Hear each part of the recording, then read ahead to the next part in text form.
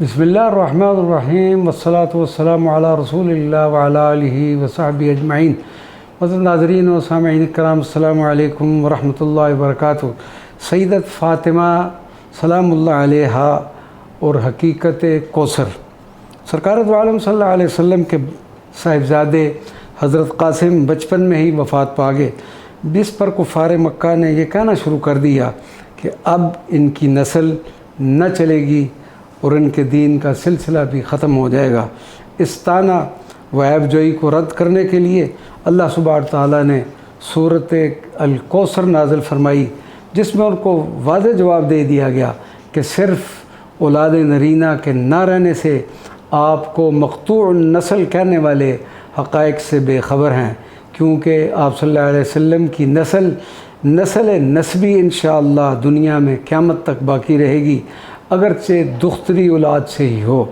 اس لحاظ سے کوثر سے مراد جناب سیدہ کائنات ہیں، کیونکہ ہمارے نبی کریم صلی اللہ علیہ وسلم کی ذریت طاہرہ سیدہ کائنات کے ذریعہ سے ہی دنیا میں باقی ہے۔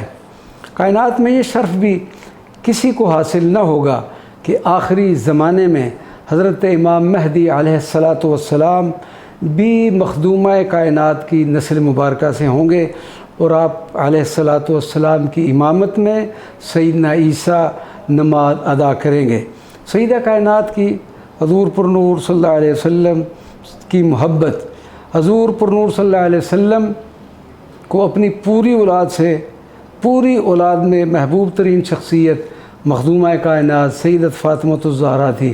ام المؤمنین سیدت عائشہ روایت فرماتی ہیں کہ جب بھی حضرت سیدت فاطمہ الزہرا سلام اللہ علیہا بارگاہ رسالت مآب میں حاضر ہوا کرتی تو نبی کریم صلی اللہ علیہ وسلم ان کے استقبال کے لیے کھڑے ہو جاتے، پھر انہیں بوسہ دیتے اور اپنی جگہ پر بٹھاتے۔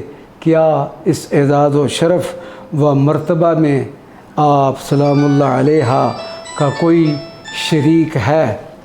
سیدہ کائنات کی اجزاء و اقارب سے محبت، اسلام میں صلہ رحمی کی بہت تاکید کی گئی ہے۔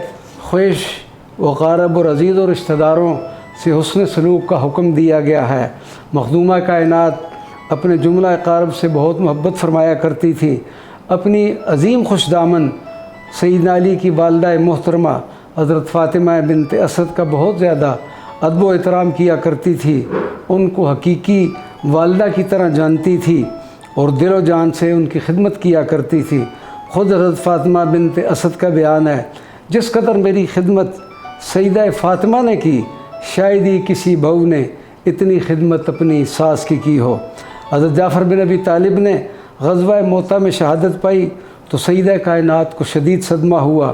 ان کی شہادت کی خبر سن کر آپ سلام اللہ علیہا نے فرمایا، واہ عماہ واہ عماہ، اے میرے چچا، اے میرے چچا کہہ کر روتی ہوئی حضور پر نور صلی اللہ علیہ وسلم کی خدمت میں اقدس میں حاضر ہوئیں تو آپ صلی اللہ علیہ وسلم نے باچشم پرنم فرمایا، بے شک حضرت جعفر بن ابی طالب کی شخصیت پر رونے والیوں کو رونا چاہیے۔